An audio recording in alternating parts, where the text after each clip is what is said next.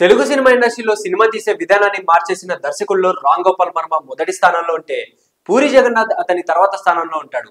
పూరి కూడా వర్మ శిష్యుడే కాబట్టి ఆయన నుంచి నేర్చుకున్న మేకింగ్ స్టైల్ ను తన సినిమాల్లో చూపిస్తూ ఉంటాడు.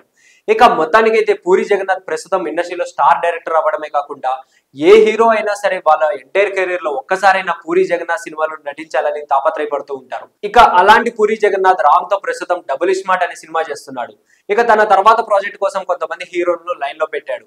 ఇక అందులో మొదటిగా నాగార్జున ఉన్నాడు. ఆ తర్వాత కన్నడ స్టార్ హీరో అయిన యశ్ ఉన్నాడు.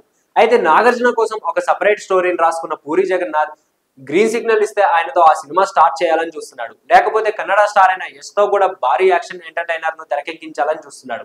ఇక వీళ్ళిద్దరిలో ఎవరు డేట్స్ ఇవ్వకపోయినా కూడా పూరి వాళ్ళ కోసం వెయిట్ చేయకుండా తన కొడుకు అయిన ఆకాష్ పూరిని హీరోగా పెట్టి ఒక లవ్ స్టోరీని తెరకెక్కించాలని చూస్తున్నట్లుగా తెలుస్తుంది. అయితే ఈ స్టోరీతో పూరి ఇంతకు ముందు చేసిన ఈడియట్ సినిమా ఎలాంటి ఒక డిఫరెంట్ లవ్ స్టోరీగా వచ్చి ప్రేక్షకులను ఆకట్టుకుందో ఈ సినిమా కూడా అలాంటి మ్యాజిక్ ని చేయబోతోంది అంటూ పూరి రీసెంట్ గా ఓ ఇంటర్వ్యూలో తెలియజేశారు.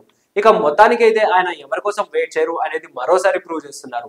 తను ఒక కథను రాసుకున్నాడు అంటే ఆ హీరో నుంచి గ్రీన్ సిగ్నల్ వస్తే ఆయనతో సినిమా చేస్తాడు, లేదంటే ఇంకొక కథతో వేరే హీరోతో సినిమా చేస్తాడు. అంతే తప్ప ఆ ఒక్క హీరో కోసం ఎదురు చూసే పరిస్థితి అయితే పూరి జగన్నాథ్ కు ఇప్పటి వరకు రాలేదు.